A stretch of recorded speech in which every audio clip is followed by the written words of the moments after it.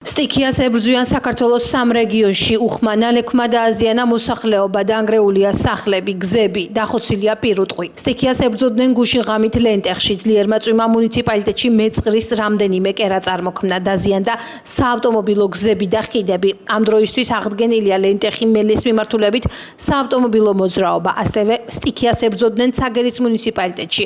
მოსულმა უხმანალექმა ორბელის თემში საგზაო ინფრასტრუქტურა დააზიანა.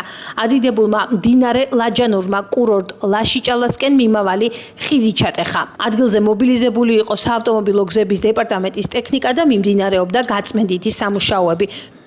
შეშინებულები გამოვიქეცით, რომ თავი შეგვეფარებია ზემოთ უბანში და ამათ კიშკარზე რომ გადმოხეთ წყალმა ყველა გადმოვიდნენ დასახმარებლად ემათ მოვიდნენ თავრობის წარმომადგენლები. შესულა ეზოებში?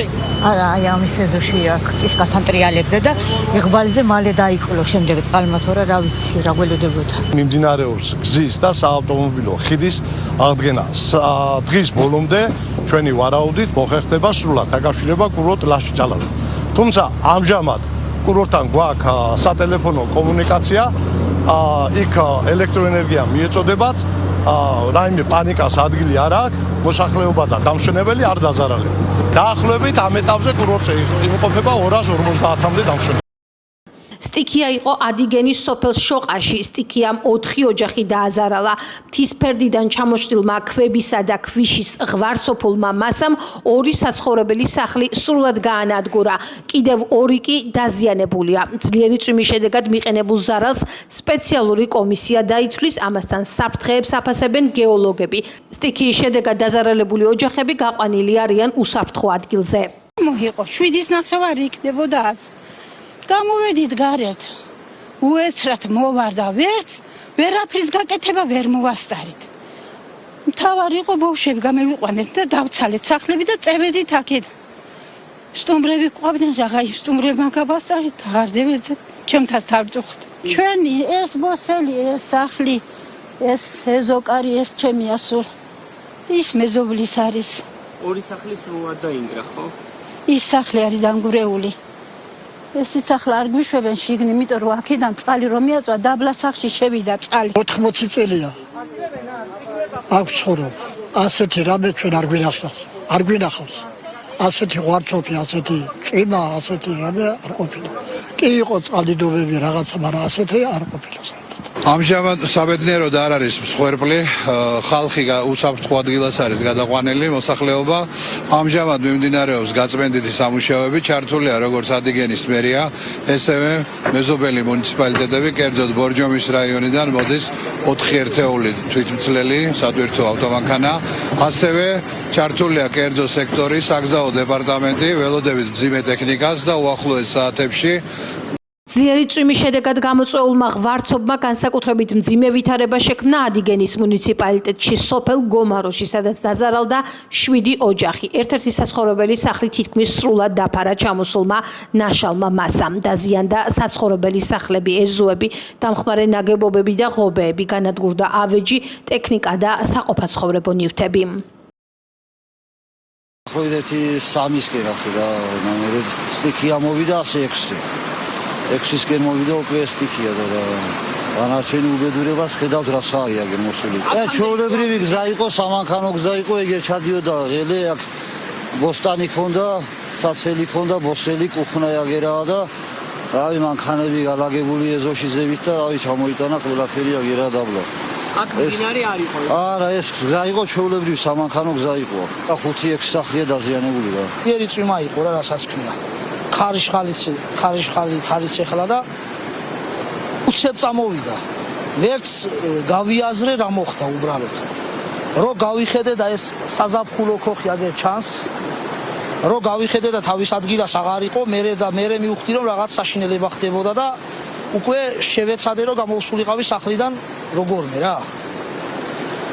შემდეგ პატარა მანქანას ჩანს აგერ ეს სახლსა და ბოსელს შორის მეყენა, რომელიც ეგრევე სათამაშო მანქანასავით აიღორა, გადმოისროლა იმას ზაბოზე. და რასაც ხედავთ წყალს, ხო?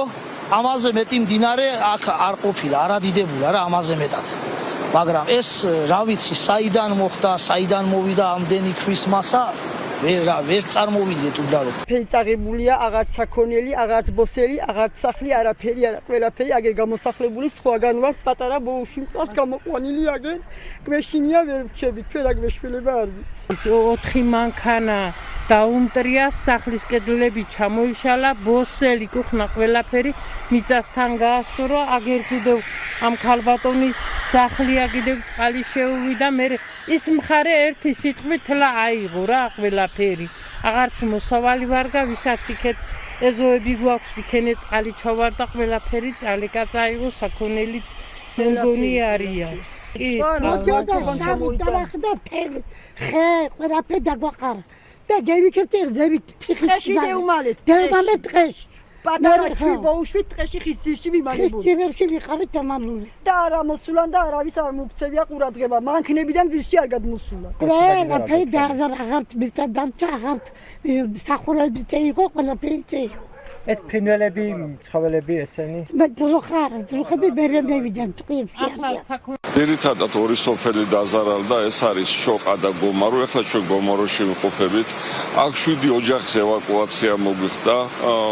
ფაქტიურად აქ ისეთი სავალალო მდგომარეობა არ აქვს, მიუხედავად იმისა, რომ ხედავთ რა სირთულეები არის. გაცილებით ცუდი მდგომარეობა ჰქონდა გუშინ სოფელ შოყაში, სადაც შეიძლება ითქვას, აი საკუთარი სიცოცხლის ფასად სამაშველო სამსახურმა, პოლიცია, ყველამ ერთად, აი შეიძლება ითქვას, რომ 5 წუთში შეიქმნა შტაბი ადგილზევე, რომელსაც კოორდინაციას უწევდა საგანგებო სამსახური. დღეიდან უკვე ჩვენ გვაქვს მიცემული განკარგულება შესაბამის სამსახურებისთვის, რომ მოვიძიოთ ბინები, სადაც ქირით გავიყვანთ. სტიქია იყო გურიაში, უხმანალექმა და ქარმა ბახმაროში პრობლემები შექმნა. ტურისტებით სავსე კურორტზე დაზიანებულია ინფრასტრუქტურა, კოტეჯები და წაღებულია გზები. ბახმაროში 12 კოტეჯიდან მოქალაქეები გამოიყვანეს და უსაფრთხო ადგილზე გადაიყვანეს.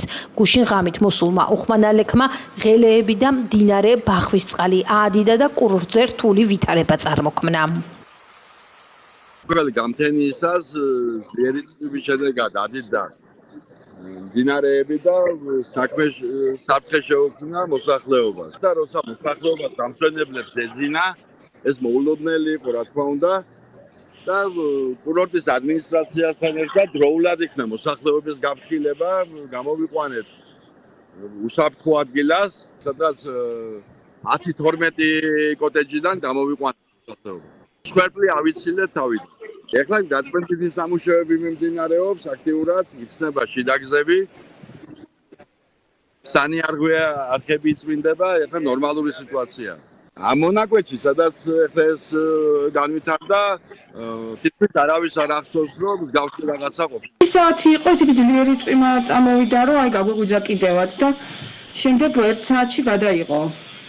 ძალიან ძლიერი ხმა შემოგვესმა, ალბათ უკვე ეგ ვიდეოც მაგ დროს გადავიღე და ეტყობოდა უკვე რომ კაბალაპოტი ადიდებული იყო. შემდეგ მე მალევე კი დაწყნარდა, მაგრამ შიშისგან რა ვიცი, რაც მოვახერხეთ.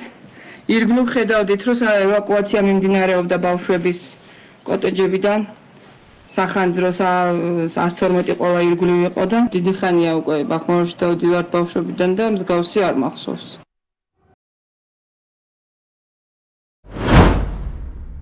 ერთი მინუსი, რაც ვიზა ლიბერალიზაციას აქვს, ეს არის მიგრაციის წახალისება. ამის შესახებ საქართველოს პრემიერ-მინისტრმა ირაკლი ყობახიძემ ღამის კურიერში განაცხადა.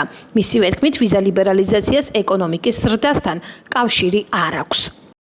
აბსოლუტურად არავითარი კავშირი არ აქვს ვიზა ლიბერალიზაციას ეკონომიკის ზრდასთან. აქ საუბარი ერთადერთ რამეზე. ვიზის რიგში ჩადგები თუ არ ჩადგები. საქართველოს მოქალაქეები ვინც იქ მუშაობენ, არავითარი ახლა რა შეეხება მაგაზეც გეტყვით. დიდ ბრიტანეთში ვიზის რიგში დგებიან ჩვენი მოქალაქეები, ტექნიკური საკითხია, ხო რა თქმა უნდა, დისკომფორტია, მაგრამ ვიზას აიღებ და მიდიხარ დიდ ბრიტანეთში. ამერიკის შეერთებულ შტატებში ანალოგიურად დგები ვიზის რიგში, მიიღებ, არ მიიღებ შესაბამისად.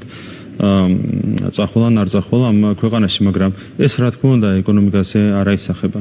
ერთი მინუსი რაც აქვს ვიზა ლიბერალიზაციას, ეს არის რა თქმა უნდა მიგრაციის სახალისება.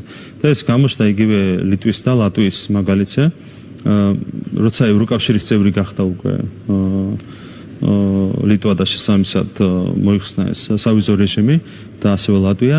ერთ ქვეყანაში 600,000-ით შემცირდა მოსახლეობა და მეორე ქვეყანაში 400,000-ით. ანუ ლიტვაში 600,000-ით, ლატვიაში 400,000. რატომ? იმიტომ რომ სხვაობა არის მათ შორის ჯერ კიდევ საქართველოსა და დასავლეთ ევროპის ქვეყნებს შორის და ბუნებრივია, სადაც არის მეტი ეკონომიკა, იქითკენ წარიმართება მიგრაციული პროცესები და ვიზა ლიბერალიზაცია, რა თქმა უნდა, ამის სამახალისებელია.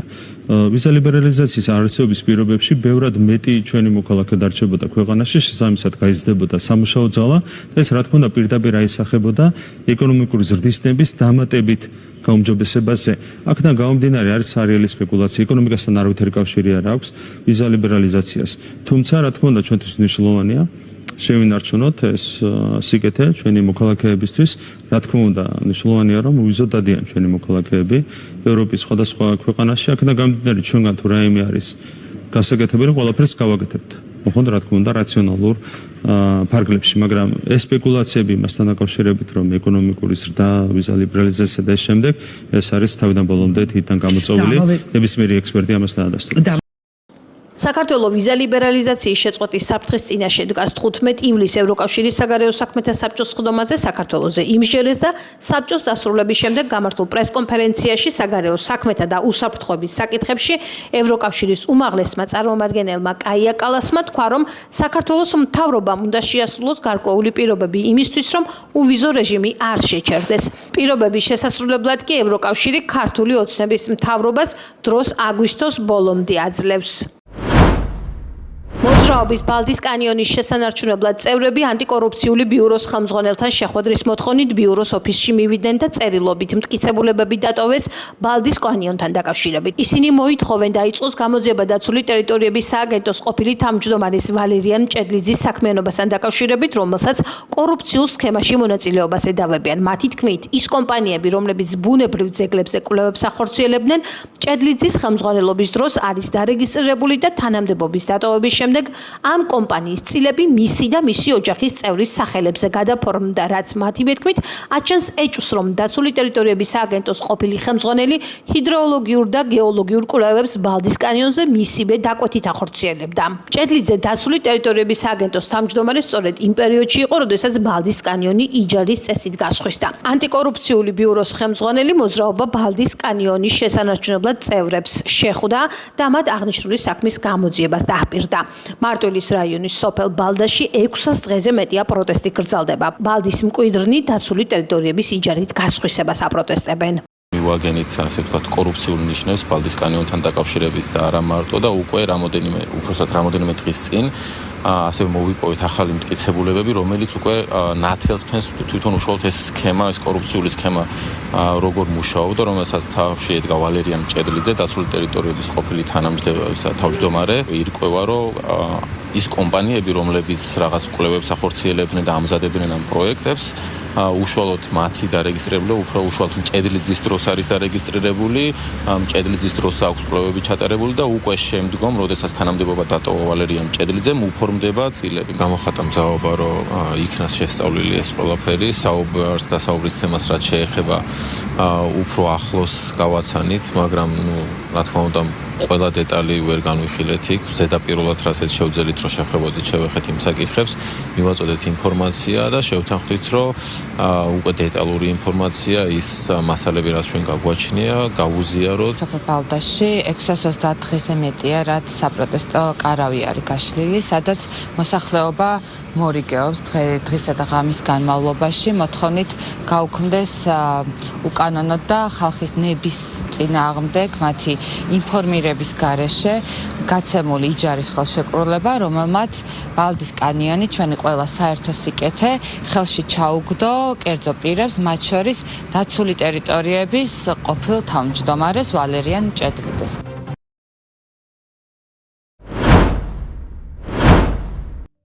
საქართველოდან უცხო ქვეყნის 25 მოქალაქე გააძევეს. მიგრაციის დეპარტამენტის მიერ ბოლო დღეებში ჩატარებული კომპლექსური ღონისძიებების ფარგლებში ქვეყნიდან გაძევებული არიან აზერბაიჯანის, ეგვიპტის, თურქეთის, ინდოეთის, იორდანიის, ირანის, ნიგერიის, პაკისტანის, რუსეთის, სომხეთისა და ჩინეთის მოქალაქეები. მოქმედი კანონმდებლობის შესაბამისად გაძევებულ პირებს ქვეყანაში შემოსვლა აეკრძალათ.